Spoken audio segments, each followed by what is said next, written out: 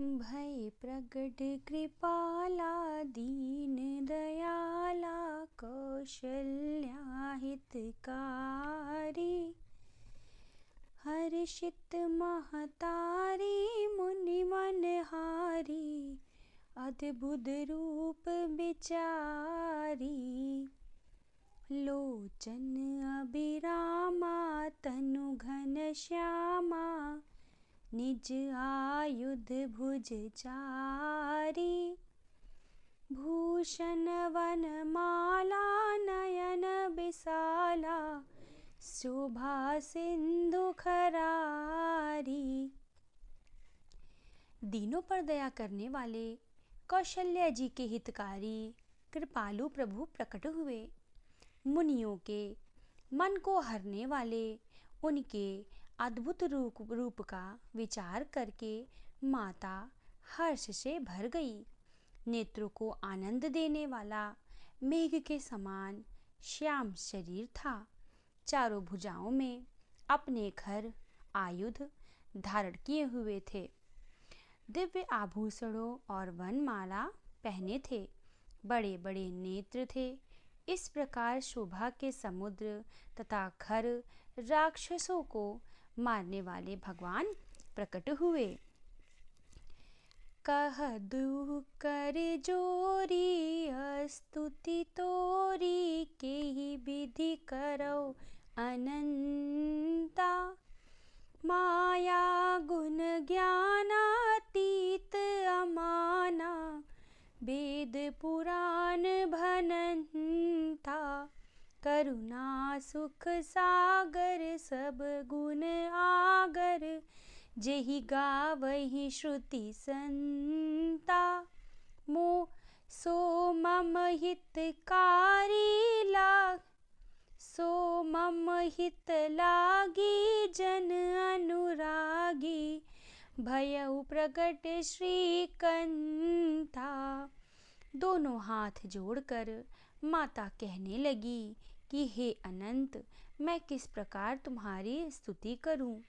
वेद और पुराण तुमको माया गुण और ज्ञान से परे और परिमाण रहित बतलाते हैं।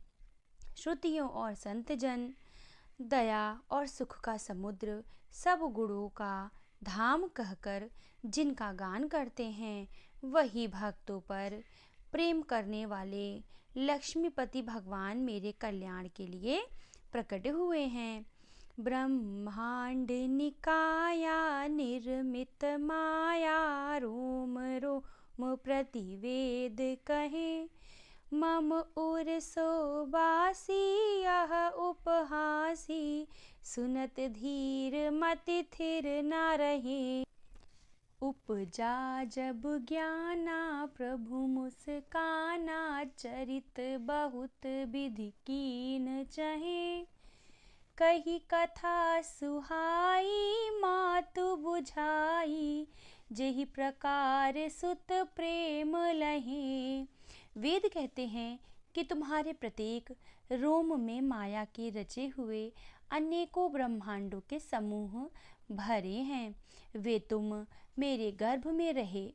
इस हंसी की बात सुनने पर धीर विवेकी पुरुषों की बुद्धि भी स्थिर नहीं रहती है, अर्थात विचलित हो जाती है। जब माता को ज्ञान उत्पन्न हुआ तब प्रभु मुस्काए। वे बहुत प्रकार के चरित्र करना चाहते थे, अतः उन्होंने पूर्व जन्म की सुंदर कथा कहकर माता को समझाया, जिससे उन्हें पुत्र का वात्सल्य प्रेम प्राप्त हो, भगवान के प्रति पुत्र भाव हो जाए।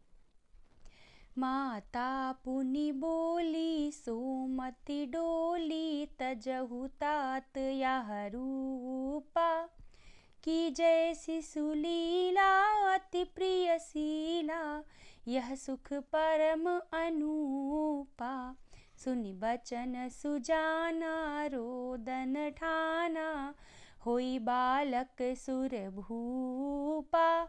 यह चरित जिगावही हरिपद पावही तेना पर ही भवकूपा। माता की वह बुद्धि बदल गई।